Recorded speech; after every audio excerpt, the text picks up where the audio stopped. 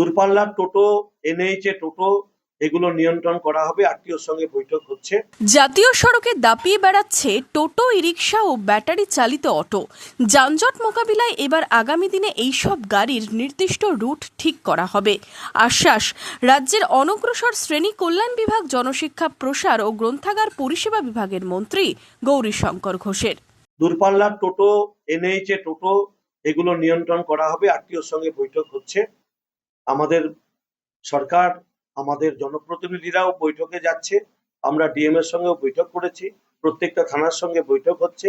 আমরা বৈঠকে স্থির করেছি যে আগামী দিনে প্রত্যেকটা টোটো রুট ঠিক করে দেওয়া, যেন যানজট সমস্যা মেটানো যায়। অটোর রুট সঠিকভাবে নির্ধারণ করে দেওয়া।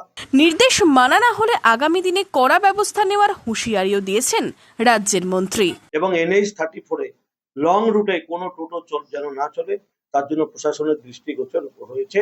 আমরা আগামী দিনে এ ব্যাপারে কঠোর ব্যবস্থা নেব যদি নিয়ন্ত্রণ না হয়। মুর্শিদাবাদ জেলার বিভিন্ন জায়গায় রাজ্য সড়ক থেকে জাতীয় সড়কে দাপিয়ে বেড়াতে দেখা যায় টোটো, অটো, ই-রিকশাকে। মাঝে মধ্যে ঘটে দুর্ঘটনাও। Bureau report, Imagine Community media.